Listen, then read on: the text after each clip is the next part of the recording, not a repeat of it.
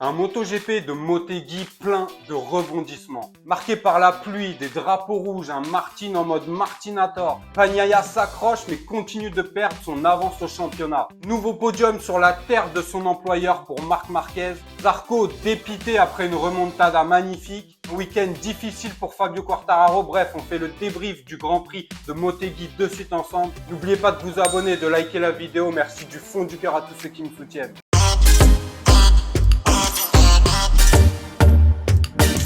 Bon mes amis, encore une fois, on a eu le droit à un MotoGP totalement fou sur la course de dimanche. La pluie qui s'invite 2 minutes avant le départ et qui met tout le monde en difficulté. Les pilotes sont bien partis, pourtant ils n'étaient pas chaussés de pneus pluie, donc délicat au bout d'un tour. Tout le monde rentre, quasiment tout le monde, sauf quelques pilotes et Fabio Quartararo. Mais les autres rentrent évidemment, changer de moto, chausser des pneus pluie. Et là, la bagarre commence. Quasiment tout de suite, Jorge Martin s'affirme encore une fois. Après avoir fait la pole, après avoir gagné la course sprint, il remporte également la course de dimanche. Jorge Martin, il continue de mettre la pression à Pecco Bagnaia. Alors, Pecco s'accroche, mais on voit que l'hégémonie est beaucoup moins importante, il est beaucoup moins dominateur, tout simplement parce que Martin, ces derniers temps, est en feu, il cumule les victoires, il ne laisse rien à personne, il est déchaîné le pilote espagnol et du coup, Pecco Bagnaia,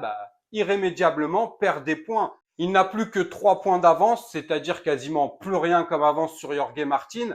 Et on voit que le pilote espagnol est déchaîné et va continuer de lui mettre la pression à mon avis. Et du coup, on voit un Pecco Bagnaia quand même moins dominateur et qui commence à subir la pression. On a vu qu'il a fait quelques erreurs ces dernières semaines, des chutes. Voilà, sur le Grand Prix, il s'était qualifié deuxième. Il a fait troisième sur la course sprint, puis à nouveau second sur la course de dimanche. Donc, c'est pas catastrophique, mais quand tu as un Martin qui rafle toutes les victoires, forcément l'avance commence à fondre, plus que 3 points d'avance pour Pecco, et on sent que la sérénité s'est envolée. Alors Pecco, moi, je l'aime bien, j'ai rien contre lui, je sais que c'est un sujet un peu houleux, et on voit bien que quand il y a une réelle adversité, il commence un peu à trembler du genou et il fait des erreurs. C'est vrai que sur la première partie de saison, certains pilotes l'ont un peu mis en difficulté, mais pas à ce point, pas au point où Jorge Martin, là, est en train de devenir le pilote dominateur actuellement. Et on sent que Pecco Bagnaia, du coup, ça le déstabilise. Il n'a pas trop l'habitude, finalement, Pecco, d'avoir une telle adversité parce que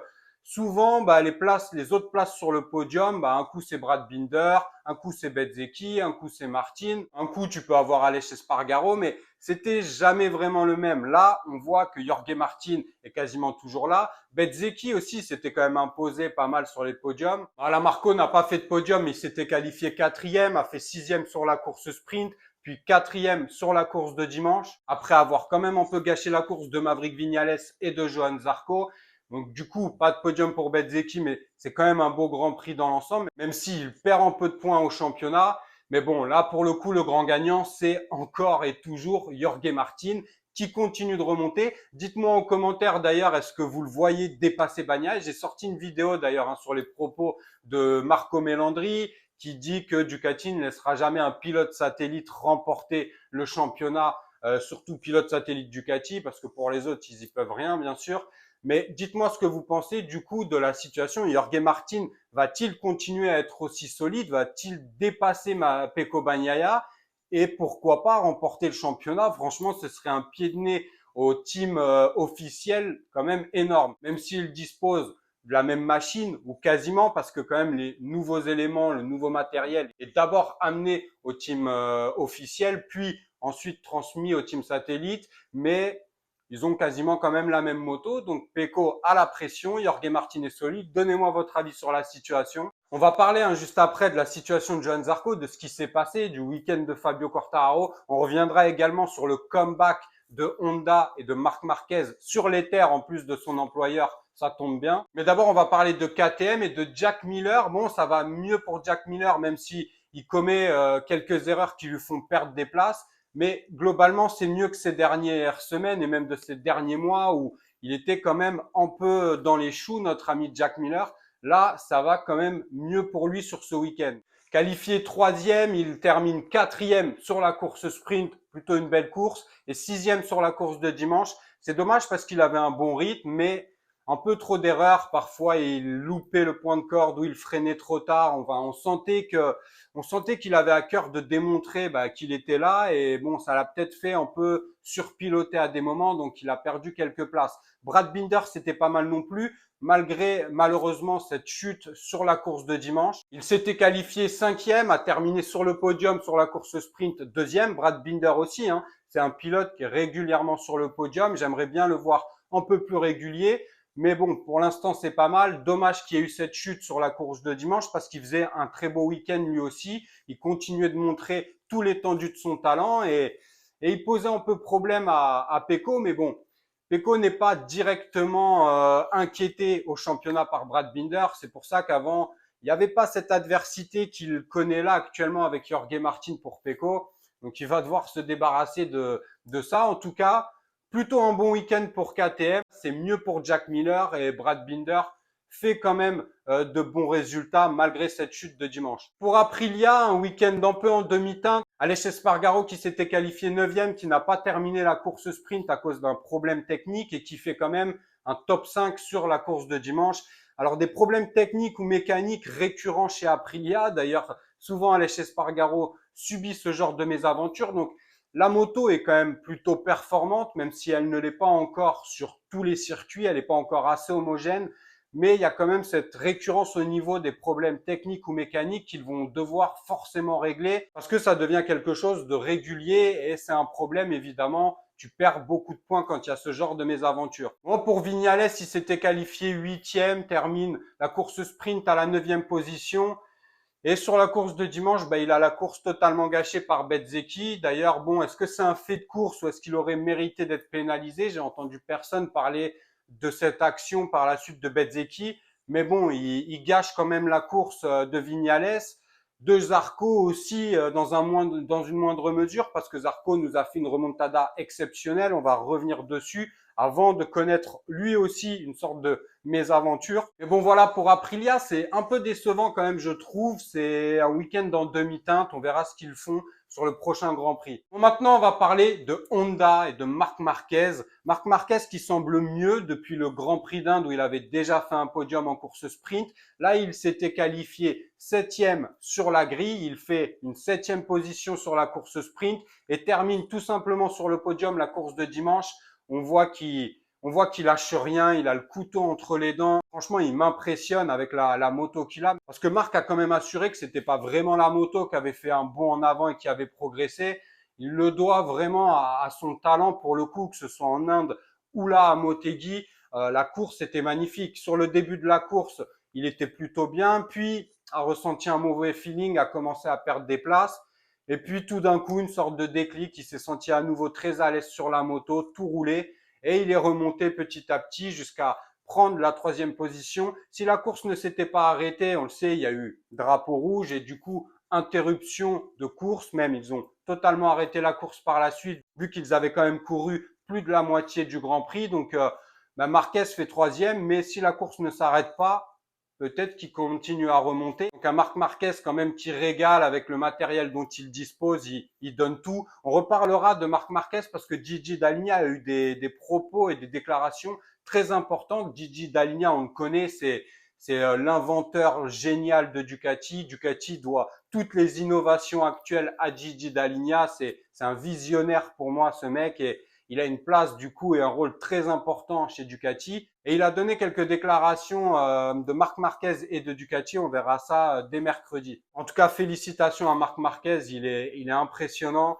Dites-moi ce que vous pensez de de ce comeback finalement de Honda. Mir aussi, c'est un peu mieux, même s'il n'est pas arrivé à rentrer dans le top 10 sur les deux courses. Mais sur la course de dimanche, il était quand même plutôt pas mal en début de course. Mais bon, il termine hors du top 10, mais quand même à des places qui sont quand même un peu meilleures que ce qu'il faisait auparavant, où il terminait quasiment dans les derniers. Pour Fabio Quartararo, un week-end compliqué, qualifié 14e, il termine 15e sur la course sprint, 10e, top 10 pour Fabio sur la course de dimanche, mais bon, il a fait un mauvais choix, il a choisi de ne pas rentrer directement pour changer de pneus comme les autres, changer de moto avec les pneus pluie, il a fait un tour supplémentaire et a perdu quand même beaucoup de temps. Bon, il remonte à une 10e place parce qu'à ce moment-là, il se retrouve quasiment dernier avec Johann Zarco, le pauvre qui lui venait d'avoir la course gâchée par Bezzecchi. Donc il a quand même réussi à remonter jusqu'à la 10e position, Fabio Quartararo, mais bon, c'est pas évidemment ce qu'il attend, c'est pas le genre de performance auquel il rêve en arrivant sur un Grand Prix. C'est toujours aussi délicat avec la Yamaha. On verra comment tout ça va pouvoir se goupiller. On sait qu'il y avait Cal Crutchlow pour apporter un peu, pour tester des nouvelles pièces, pour apporter un peu de renouveau à Yamaha. Bon, je suis pas sûr que ça serve réellement. À voir si Yamaha se réveille, apporte des innovations.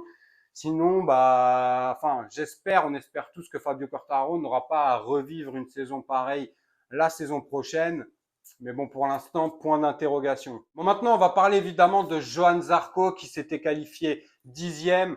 Pas une qualif top du pilote français, mais quand même, il nous fait une belle 5e place en course sprint. Il a réussi à remonter tour après tour. Il fait une belle course, des belles bagarres et il s'impose dans le top 5. Donc, c'est pas mal. C'est pas podium, mais c'est quand même bien en top 5. On va pas cracher dessus. Par contre, sur la course de dimanche, beaucoup d'aigreur parce qu'il a vraiment pas été verni et j'ai l'impression que ça lui tombe toujours dessus. D'ailleurs, ça fait plusieurs fois, par exemple, qu'au premier virage, à chaque fois que quelqu'un ruine la course d'autres pilotes, loupe la corde, ça tombe sur Johann Zarco. À chaque fois, il fait partie du groupe qui se fait mettre en l'air, qui se fait pousser au tas. Et encore une fois, hein, on a vu Bezzecchi qui loupe la corde, enfin qui manque de louper la corde, mais qui du coup s'appuie sur Vignales. Et évidemment, Vignales part dans le tas et emmène Zarco avec lui. Heureusement, Zarco ne tombe pas, contrairement à Vignales qui, lui, a chuté dans le bac à gravier. Mais après, c'est suivi une remontada exceptionnelle de la part du pilote français qui, à un moment donné, tournait quasiment à 2 secondes plus vite que les autres pilotes. Il remontait tour après tour. Malheureusement, il y a eu ce drapeau rouge. Après, malheureusement ou pas, il nous fait une remontée magnifique, mais il chute quelques secondes avant que le drapeau rouge soit sorti. Donc, de toute façon, s'il n'y avait pas eu de drapeau rouge, la course aurait été ruinée quand même pour Zarco, qui malheureusement après cette belle remontée a chuté. Mais là, le truc, c'est qu'il y a eu drapeau rouge et les pilotes ont pu reprendre la piste après. Enfin, ils l'ont repris, ils l'ont pas vraiment repris. Ils ont fait quelques virages et puis la course a été arrêtée définitivement. Il s'est produit quelque chose qui a empêché Johann Zarco, qui à ce moment-là était 6e, de prendre les 10 points de la 6e place. Il a chuté, vous l'avez vu comme moi. Et le petit imbroglio qu'il y a eu, on a vu qu'il discutait avec un des membres de la direction de course. Zarco, il était très énervé. En fait, il fallait qu'il ramène sa moto dans les 5 minutes suivant sa chute dans la voie des stands. Il l'a fait, il a galéré, il a réussi à la ramener à temps. Mais le problème, c'est qu'à l'entrée de la pit line de la voie des stands, il y a une ligne. Et le problème, c'est qu'il est passé quelques mètres à côté de la ligne, ce qui en réalité ne change rien du tout. On lui demande de ramener la moto dans les pit lanes, il la ramène. Passer à 1 mètre ou à 2 mètres à droite ou à gauche, c'est exactement la même chose. Mais dans le règlement, il faut passer cette ligne. Johann ne l'a pas passée malheureusement. Et bon, on peut trouver que la règle est dure ou est injuste. Ils auraient pu même faire, pas une exception, mais quand même être plus clément avec le pilote français. Est-ce que si ça avait été un autre pilote, ils auraient fait pareil? On sait qu'avec Johann Zarco, souvent, il lésine pas sur les sanctions. Là, malheureusement, 0 pointé pour la course de dimanche pour Johann qui du coup apparaît comme s'il n'avait pas terminé la course.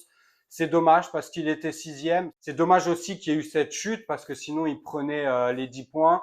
Et du coup, il perd sa 5e position au championnat qu'il avait récupéré en course sprint sur Aleix Espargaro. Il perd cette 5e place et il est 6e du coup au championnat. C'est dommage après une telle remontée. Mais bon, c'est comme ça. En tout cas, un Grand Prix qui nous a réservé beaucoup de surprises. Cette pluie qui s'est invitée à seulement 2 minutes, même pas du départ de la course, ce qui a causé un désordre, un imbroglio, changement de moto pour certains, d'autres qui attendent, un Marc Marquez conquérant qui revient, Martin qui ne lâche rien et qui met la pression à Bagnaia, Bagnaia qui subit cette pression et qui semble être quand même perturbé même s'il s'accroche. Enfin bref, beaucoup de mouvements. Dites-moi ce que vous avez pensé de ce Grand Prix. De toute façon, on se retrouve dès mercredi là pour une prochaine vidéo parce qu'il y a pas mal d'actu. Donc on se retrouve très vite sur Vincent MiniGP. N'oubliez pas de vous abonner, de liker la vidéo. Merci du fond du cœur à tous ceux qui me soutiennent. Prenez soin de vous, de vos proches, c'est le plus important. Ciao!